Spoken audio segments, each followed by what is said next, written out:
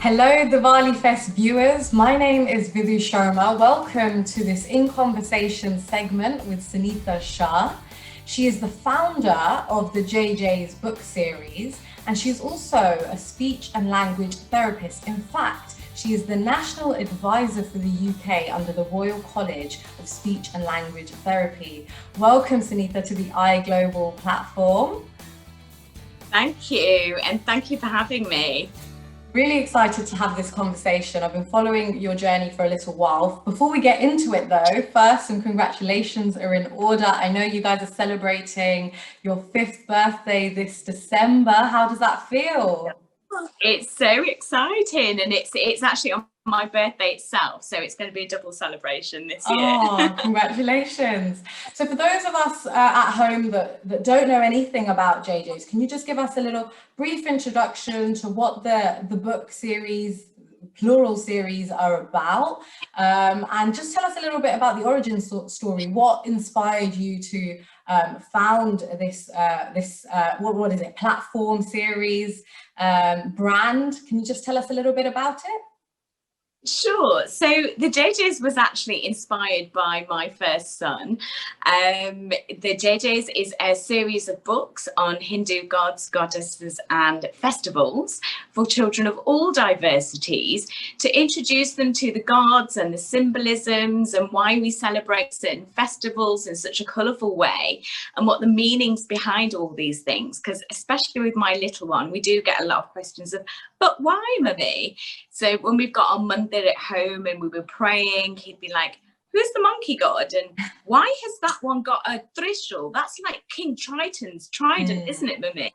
And who's the elephant gone? How did he get his head? Now, I knew quite a lot of this growing up because of my grandfather. He used to tell me all these stories and tell me little bits about how Ganesh got to his head and why Durga has 10 weapons. But I had kind of a simple background growing up and him telling me these stories, and my son was extremely inquisitive, and his kind of spark for his curiosity sparked my journey with the JJ's to create something that was more age appropriate for them growing up through the stages, that would encompass children from very, very young, literally from the moment they can hold a book to where they really engage in kind of established readers and reading more mythical kind of stories. I suppose as we enter this third, now fourth generation of the diaspora, we're kind of, we may be at the brink of losing some of that connection with the older generation, with our roots. So I feel like you're on a really important journey, a really important feat for a lot of parents that are looking for ways to bridge that gap with their faith with India in general. So there are four series that you've brought out so far, and one set of yoga and mindfulness cards. Could you just tell us a little bit about the different series? Because as you mentioned, they take a child from the minute they can hold a book all the way up to 12 years and beyond. So what are the four different series? Definitely. So our first series that we've got are the baby books. And I think one of the things that was so magical about this is watching my 100-year-old grandfather sit with my 3-year-old son for about half an hour talking about the same thing, which wasn't related to Peppa Pig or the Gruffalo, because my granddad just didn't get that, something that he could talk about. So we begin our journeys with the baby JJ's, and what we've done with the baby JJ's is made them into board books. So the board books are very durable, great for little hands, and they introduce them to the single word vocabulary. So looking at the developmental stages of language acquisition too, I kind of blended my experience as a speech and language therapist into writing the books. Because once they learn all the single words, then what our illustrator has cleverly done is kind of babyfied the characters to make them quite relatable. So if you look at Raven there, he's very, very friendly. But when you look at him in our older book in a minute, you'll see the darkness kind of emerge with the age of the images. So then what happens, we have got 9 books in our main series. So again, the character is matured, but this time children will know is actually, you know, when I saw the word Gada in the previous book, they've got one here. So they can bring the universals of what they've brought in the single word vocabulary into a bit more of a kind of sentence structures. So these books are not stories, they're more introductions of the gods and the symbolism, where their god came from, what their kind of background was as well. So that's the main series, which we've got 9 different gods and goddesses. And then we've stepped it up again into a bit more of a story time with our festivals series. So we've got 2 books. We've got the story of Prahlad, with his devotion to Lord Vishnu, which is our story of Holi. And then for this point in time, which is very apt, is our Diwali story. So again, if you actually look at the book, it has got a very good kind of storyline, and again, more detailed images, so a child can really relate to what happened in the story of Ram. And we've read this book for the India Fest, so it will be there available for the kids to have a look at in the library channel. And then we again have made the JJs grow, because we want our children to kind of continue to learn more information that is relevant to their age and their levels of language and communication. So I've been very honoured to work with Rishi Handa, and we have created the JJ's Ramayan. This is the Legend series, and the original Sanskrit sage Valmiki. We have spent hours looking at his original scriptures. So as I was saying, this is more of a 68-page book. It's got proper text and a proper storyline, where we've kind of adapted it to a stage that's very mythological, that children can really understand. And if you look at the graphics that James and the illustration, they're a lot more kind of mature, which kind of relates to the text and the age and the knowledge of the children, and to engage them in a way that kind of relates to their stories, their established readers. I have to show you this picture. It's one of my favourites. Wow. When Hanuman went to rescue Sita and found her in the Garden of Lanka. So that is our main Legend series book, and we will be working on developing those a bit further. And then last year we were very excited to bring our yoga and discovery cards, which we've got 2 packs. We have got both actually the same content, but we've got our premium set, which is a very thick cardboard box, and we've got our regular set. Now, what these beautifully do, and we know how important in this climate our mental health for our children are, and we've gone on a yoga discovery. So we talk to the children about what the origins of yoga are. They've got beautiful poses of all the yoga with the Sanskrit words. They've also got information about the children kind of balancing their chakras as well, alongside beautiful mindful affirmations that they can use on a daily basis to really bring that hope, resilience, and, you know, keep them calm and give them something to focus on in this time. So they've been very fun too. And it's been amazing working with Deepa Shah on these.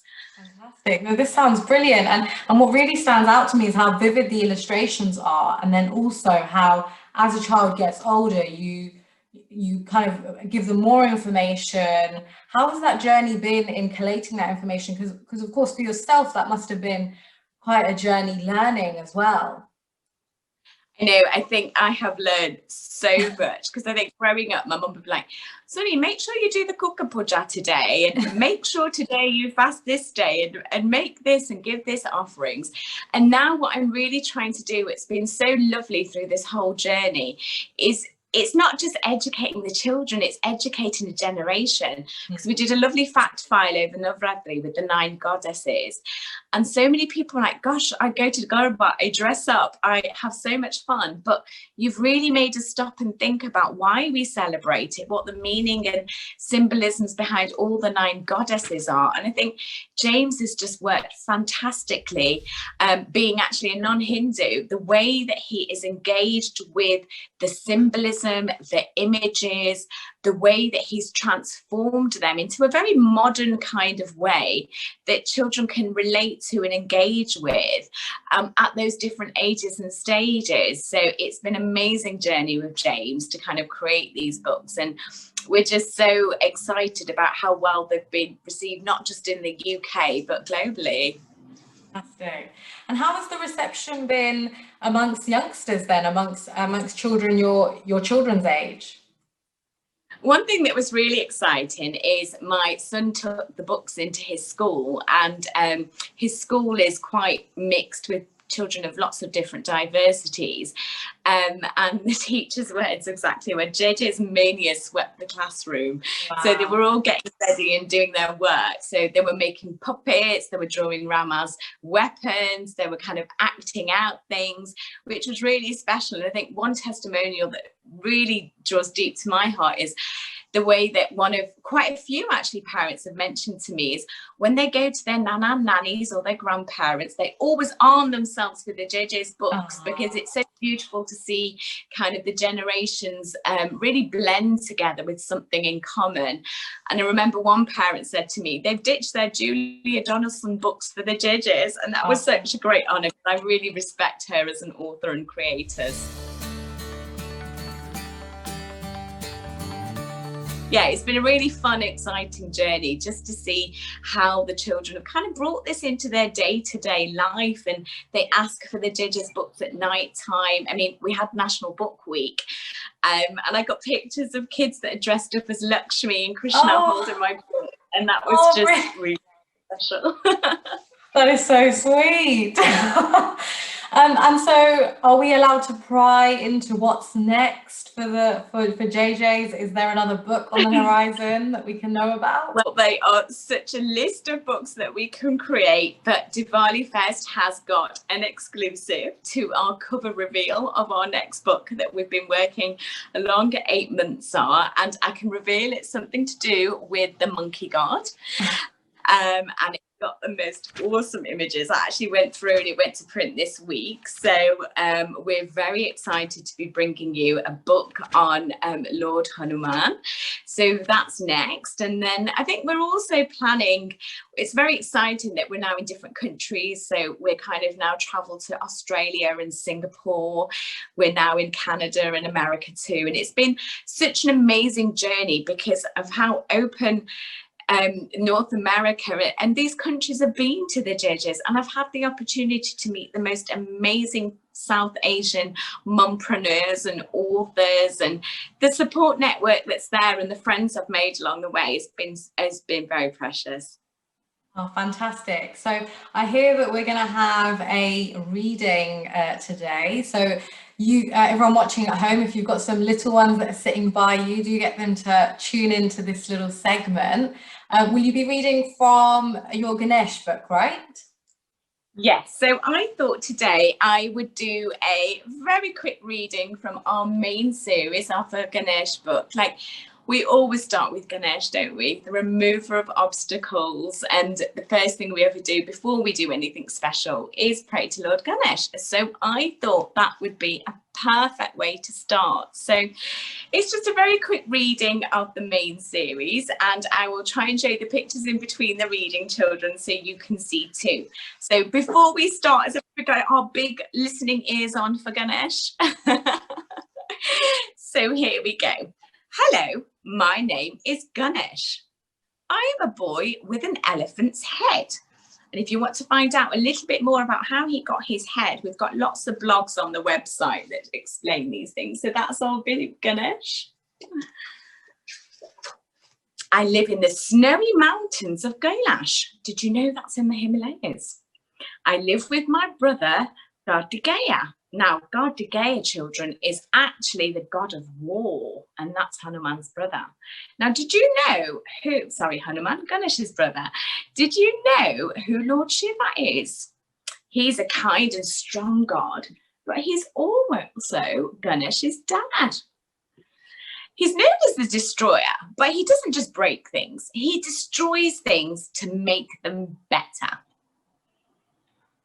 Now, did you know who Ganesh's mummy is? It's the beautiful goddess Parvati, and she is the goddess of love. Do you all know your mummy and daddy's names? So I have a long trunk to show you the right way and have big ears to listen to what you say. And I'm sure all of you use your brilliant garnishing listening ears when you're listening to your mummies and daddies at home. He has a big tummy, which is round, which holds the whole universe. And do you know what his favourite sweets are? I like to eat sweet laddus. Who's got lots of laddus and sweets for Diwali this year? And maybe that's why his belly is so round, because he loves all those yummy, yummy sweets. Now, he has a special friend, a pet mouse. And magically, Ganesh might be big, but because of the magic behind Ganesh, he actually travels on that mouse. That's his very, very special mouse. An elephant is big, isn't it, children? It's a strong animal and it can knock things out the way. And this is why we always pray to Lord Ganesh before we do anything special, because what he does is removes all the obstacles. So, little children, pray to me day on day. Now, when do you do your JJs? Do you do your JJs when you go to sleep at night? Or do you do your JJs when you wake up in the morning? I always remember when I was a little girl, I did JJ, and now my boys still do JJ with me. And our lovely books, so they know all the stories. Thanks for doing it. That was okay. That was delightful. That was so fantastic. And actually, what really struck me was the sort of ad libs that you were adding. And I suppose the books can act as a prompt for parents to then be able to add to the stories with all of the other little facts and stories that they know. And it's more of a conversation starter as well, isn't it? I know, I think it's so important that when you're reading books, you know, there's so many different ways depending on the age and the stages of kind of reading books and developing that kind of interactive, fun storytelling. We did Hanuman with our Ganas and suddenly ended up in World War III with my two boys with their Ganas.